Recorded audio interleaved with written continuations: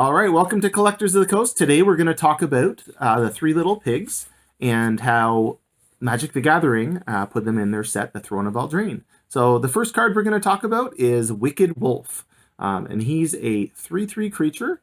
He costs 4 to play, and you can sacrifice a food to give him +1/1 and indestructible. And he fights another creature on the battlefield. So he's indestructible, he doesn't die, and the other creature does. So the next card is going to be the Three Little Pigs. It's called Wolf's Quarry, and it gives you 3 little piggies to chase after, and you get a token piggy. And let's see the token.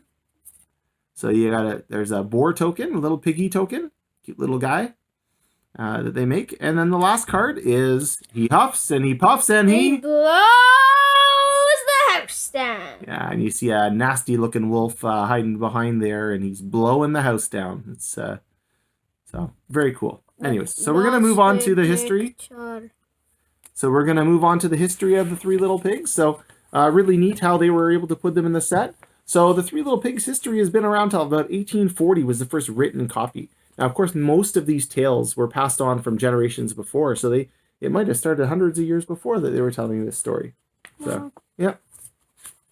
So there was a lot of books made in England back at the end of the 19th century, and so there was a book by fairy tales by Joseph Jacobs that was done in 1890, which was really big. And then there was another one there was actually, the first one was 1853, but it has 3 little pixies in place of pigs, which is really interesting how they would have had that. So it'd be interesting to read that one, wouldn't it? Yeah. Yeah.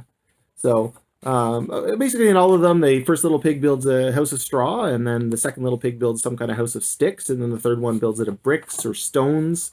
And usually it's an industrious pig that works hard, and the other two are lazy dancer, just kind of make their lazy house and dance around like fools. So there's typically a moral about working hard and focusing in the stories. So there was a number of versions of this. Some of those older those book versions, and then even in when there was the original cartoons. So some of the earliest cartoons were of the Three Little Pigs. Some by Disney. Another one that we liked there was one by Uncle Remus. And there was another one that we liked a lot from Warner Brothers, and it was basically the big bad wolf is a jazz player, and and he's always playing his jazz, and he's all cool. And at the end, he goes up to heaven, and he's playing a trumpet or something. Yeah, playing a trumpet, right? No, I think it's a trumpet.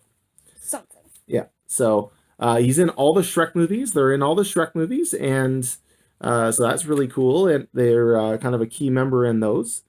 There's actually a version that has 5 little pigs, which was neat. And what else is there? There was a Green Jello song called The Three Little Pigs, and we actually listened to that when Dash had a French performance of The Three Little Pigs at his school. So we actually listened to that a lot.